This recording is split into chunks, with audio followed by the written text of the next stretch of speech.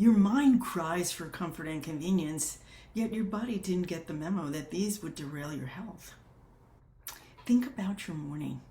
That nonstick pan you scramble your eggs in, the lid on your coffee cup, the water from the tap, the lotion, the floss, the makeup. Every one of those feels ordinary and safe. Yet most of them are handing your body a chemical that it cannot get rid of. You cannot see it or taste it or smell it. It's already in your blood, quietly working against your hormones, your energy, and your weight. And even though you feel hormonal, tired, and gaining weight, you're told everything looks fine. I'm Dr. Lorraine Maita. Before I ever sat across from a patient in my own practice, I ran an occupational and environmental health and employee health and wellness service for 3 Fortune 100 companies. My job was to find the exposures that people were reacting to and the potential hazards around them. I do the same work today, but the environment is just a little bit smaller. It's your kitchen, your bathroom, your closet. And I study the studies so my patients don't have to. The chemicals I want to talk about today have a nickname that says it all. Forever chemicals. Once they move in, they do not leave. I want to tell you about a woman I will never forget. I'm going to call her Clara. She was escaping from a burning building when it caught fire. The computers, the plastics, the treated furniture, all aerosolized, and it was burning while she got herself out. She breathed in that toxic smoke. What followed was years of suffering. She had so much pain that she couldn't turn over in bed. She was erroneously diagnosed with rheumatoid arthritis and Parkinson's. Her blood pressure was high. The pain and the weakness, the fatigue diminished the quality of her life. She couldn't stand or walk any distance. She had been to specialists of every kind, and every one of them looked at a symptom and recommended a drug. Nobody looked at the root. Out of desperation, she joined our foundation program, and the Detox and Feel Good Again program was part of it. Her husband was skeptical. He actually rolled his eyes when she told him that she was going to come to me. But she was desperate. She wanted to try something different because she had years of suffering. Then, after she completed it, he watched her come back to life. She lost more than 25 pounds. Her pain eased. She was back on a bike 30 minutes a day. She said, "I'm a new person." And her skeptical husband became a believer, and she became a believer too. While her story is dramatic and a fire, most of us will never point to one single moment like that. But the same chemicals that flooded her body that day are trickling into yours right now through your cookware, your water, your food wrappers, your couch, your fabrics. The difference is speed and timing, not chemistry. Those chemicals are called PFAS. PFAS stands for polyfluoroalkyl substances. And we've been making them since the 1940s to make life easier. And that's really where non-stick, waterproof, stain-resistant came from. These PFAS are the very things that makes them so good at repelling a spilled glass of wine. But it's the same thing that makes them impossible for your body to break down. They just accumulate year after year, and that's why we call them forever chemicals. It's not a small problem. Some are classified as probable human carcinogens by the International Agency for Research on Cancer. They are linked to kidney, testicular, and thyroid cancers, as well as to high cholesterol, a weakened immune system, and infertility. These are documented risks from chemicals that most of us handle every single day and never think twice about. And here's what many women find shocking. PFAS come through your personal care products, and it takes at least 4 years for just half of it to clear your body. Half in 4 years. Women of childbearing age also pass these chemicals to their babies through the placenta and through breast milk. And this is not only about you, it reaches the next generation. And you're probably wondering where all of this is hiding. Honestly, more places than you'd want to know. Your nonstick pans, your microwave popcorn bags, fast food wrappers with that waxy coating, greasy pizza boxes, waterproof jackets, stain-resistant couches and fabrics, some carpets, certain cosmetic and even dental floss, as well as your tap water. But the one that makes women in my office gasp is feminine hygiene products. One consumer study found PFAS in 48% of the pads and liners they tested, 65% of period underwear, 22% of tampons. Products warn against some of the most absorbent tissues in the body every month for decades. The CDC has found PFAS in the blood of nearly every American they have tested, and at this point, almost everyone is carrying them. This is not about blame. Nobody signed up for this. Nobody really knew. And your hormones, that's where it shows up in your everyday life. A 2025 Harvard study in the Journal of the American Medical Association Open Network found that high PFAS exposure significantly raises the risk of hormone disruption in women, including interference with estrogen and progesterone. When PFAS interfere with those hormones, you feel every bit of it. You're moody and irritable. Your cycle turns unpredictable or heavier or lighter or closer together or further apart. PMS gets worse. Hot flashes show up earlier than you expected. You can't sleep, or when you do fall asleep, you wake up and you don't wake up refreshed. You wake up wrung out. And you start to feel anxious in a way that is different from ordinary worry, like the chemistry underneath you shifted. Because you know what? It did. This hits hardest in midlife. I describe perimenopause like being in a rowboat on rough seas with no oars. Your hormones bounce you around. You cannot steer, and it feels like one more wave could sink you. Now, a drop in that chemical bucket disrupts those same hormones. It's like the water gets rougher, and in perimenopause, estrogen fluctuates erratically while progesterone declines or becomes non-existent. In menopause, both are low and can drift out of balance. And when people do labs, they get called normal because you were measured either at the wrong time or because it's considered normal to have low or erratic hormones in midlife. But your body has changed and your needs have changed, and the old instructions, the old ways of doing things stopped working. These chemicals affect your estrogen and progesterone, and it also affects your thyroid.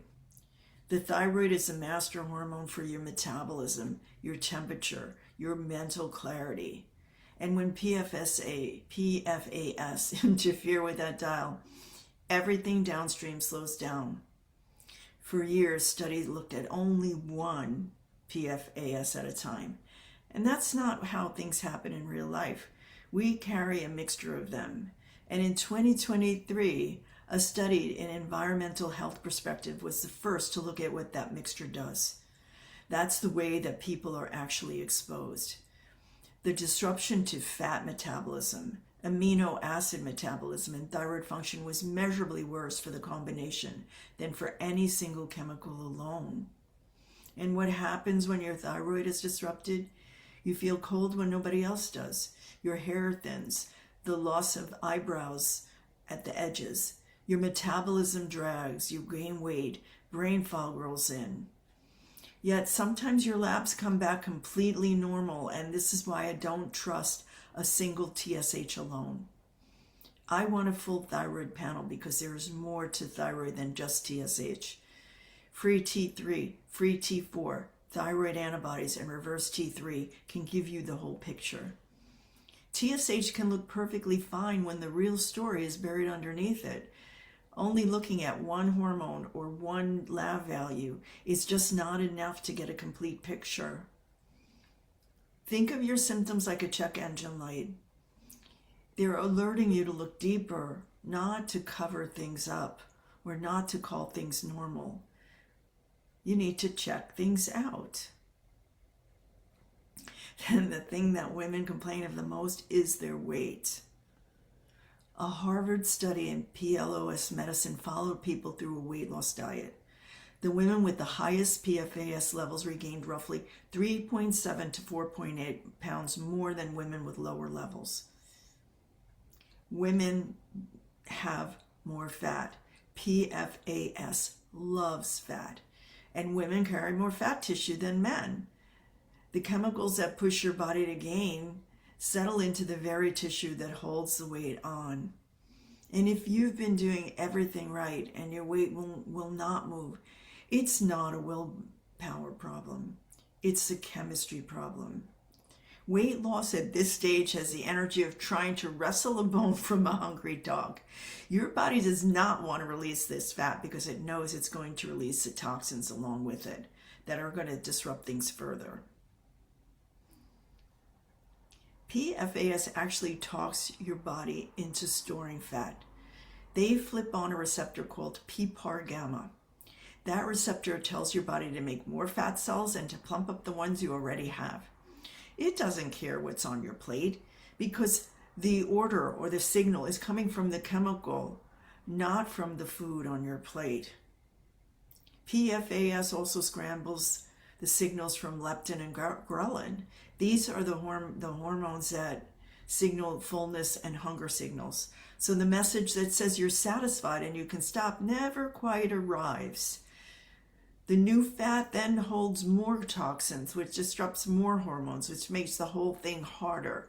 It's a downward spiral, and I see women stuck in it all of the time. The good news is that spiral can be broken. And the first step is to reduce your exposure. That is the first premise of occupational and environmental medicine. You cannot get rid of the signals or the issues without getting rid of the exposure. You can detox all you want, but if you keep pouring more chemicals into your body, it's going to store them and react. You can't get to zero, nobody can. We're exposed to hundreds of chemicals on a daily basis. Chasing perfect is just going to make you crazy. So aim for reducing the chemicals because your body then can start to clear them. It's a less of a burden. And once you slow the flow coming in, it's easier for your body to start getting rid of them. So swap your nonstick pans for cast iron, stainless steel, or ceramic. If you have other pans, when coating scratches, it sheds the chemical straight into your food. Filter your drinking water with carbon block or reverse osmosis. Check ewg.org. Your city water report will not always tell you the truth, but that site will. If you put in your zip code, they'll tell you a little bit about your water supply. Choose fresh foods over packaged when you can. Store your leftovers in glass or stainless steel. Never heat in plastic. Very often, it's the wrapper that's the bigger source than the food inside of it. So look for PFAS-free labeling on your floss, your cosmetics, and your period products. This is your fastest win because those touch you every single day. None of this is dramatic. Small swaps repeated over time quietly add up. The second step is to help your body clear them. Your liver's a hero in that story. Picture your liver as a recycling plant. It breaks down fat-soluble toxins into two phases, and both phases need more raw materials. Phase 1, you need B vitamins, magnesium, zinc, and vitamin C. In phase 2, the cruciferous vegetables are your hero. That's broccoli, cauliflower, Brussels sprouts, kale, arugula, or radishes. They carry the sulfur that your liver needs to finish the job. Bile matters too. Bile is like a detergent that cleans out the gut and it breaks down these fats that contain the toxins. Fiber grabs the toxins and helps shift them out so they leave your body instead of getting reabsorbed. And the part nobody wants to talk about is poop. You have to move your bowels every day, and they have to look like logs and steak. It's if you don't move your bowels regularly, it's like trying to flush a backup toilet. Everything is just going to back up into your system. And the toxins and hormone breakdown products that you were trying to get rid of just get reabsorbed. So you undo the work that the liver just did. So drink a lot of clear filtered water. The kidneys will filter. Move and sweat. Sweat removes toxins. Do it through a walk, a workout, or a sauna. You don't have to do a crash cleanse. It's simply giving your body the tools it was built to use. Decreasing what's coming in, increasing what's going out. So let's come back to Clara for a second. Her exposure was large and impossible to miss. But for most of us, this is happening quietly behind the scenes, a little more every day, drip, drip, drip. The biology doesn't care whether it arrives all at once or a little at a time. A slow, low, toxic load does the same damage as a large one. It's just a little quieter about it, slower. It's insidious. It creeps up on you. So if you felt this for years and you felt hormone imbalances, fatigue, brain fog, weight gain, and nobody could explain it, it may not be you. It may be what your body is carrying, and it can't let some of it go. Because what you eat, what you drink, how much you sleep and exercise, the stress you're under, the toxins you're exposed to, all of that affects your hormone system, your immune system, and your nervous system. And it helps your ability to thrive. This is the work I've done my whole career. And for decades, I tracked down hidden exposures and the hazards people reacted to. Now I want to help you find yours and clear them. Because aging is inevitable, but suffering is optional. I will be covering more on this. Maybe pesticides and herbicides, glyphosate, and what they do to your hormones every time you eat conventionally grown food. So like or subscribe if you like this information and if you want more of it. Tell me in the comments what you want me to cover. If this helped you, subscribe.